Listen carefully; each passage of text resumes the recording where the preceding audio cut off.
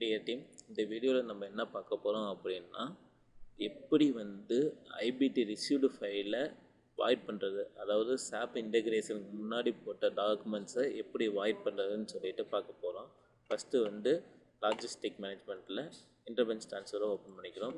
So இதில் பார்த்திங்கன்னா, இப்போ இந்த ரிசீவ் டாக்குமெண்ட்டில் பார்த்திங்கன்னா SAP ரெஃபரன்ஸ் நம்பர் இல்லை.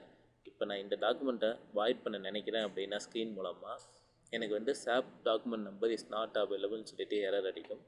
ஸோ இப்போ ஓகே கொடுத்துட்டு இப்போ இந்த டாக்குமெண்ட் நம்பர் நம்ம காப்பி பண்ணிக்கலாம். காப்பி பண்ணிவிட்டு SAP இன்டெகிரேஷன் இன்டர்பென்ஸ் ட்ரான்ஸ்ஃபர் ஃபோல்டரில் SAP இன்டர்பென்ஸ் ட்ரான்ஸ்ஃபர் ரிவர்ஸ் ப்ராசஸில் அந்த டாக்குமெண்ட் நம்பர் கொடுத்துட்டு ஸ்கிப் SAP நம்பர்னு சொல்லிட்டு கொடுத்துட்டு ஸ்டார்ட் கொடுத்தோம் அப்படின்னா நம்மளுக்கு அந்த டாக்குமெண்ட் சக்ஸஸ்ஃபுல்லாக ரிவர்ஸ் ஆயிடுச்சு.